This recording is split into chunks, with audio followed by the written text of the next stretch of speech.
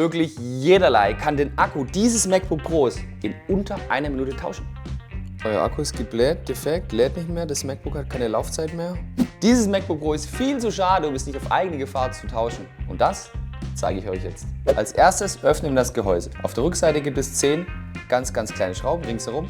Und diese 3 Schrauben sind länger wie die anderen. Es reicht, wenn ihr die einfach löst und dann locker im Gehäuse drin liegen lässt. Hebt den Deckel dann einfach ab und legt ihn zur Seite. Der Akku ist an 3 Stellen befestigt. Eine ist hier drüben, eine ist in der Mitte neben dem Verbindungskabel und eine ist hier unten unter diesem Sticker. Wenn ihr die gelöst habt, könnt ihr den Akku hochheben und dann das Verbindungskabel vom Motherboard lösen. Ich habe das hier schon gemacht, weil wie ihr sehen könnt, ist mein alter Akku total gebläht. Der alte Akku wird jetzt vorsichtig entfernt. Den neuen Akku habe ich auf AliExpress bestellt, weil es einfach am günstigsten ist und weil der aus einem EU-Lager kam, war der auch in 3 Tagen da. Fast so schnell wie Amazon.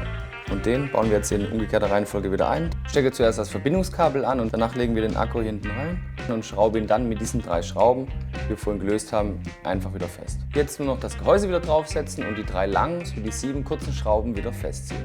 Einfach, oder? Alle Links findet ihr unten in der Beschreibung. Wenn dieses Video für euch hilfreich war, dann gebt mir einen Daumen hoch und mein MacBook leistet jetzt wieder gute Dienste.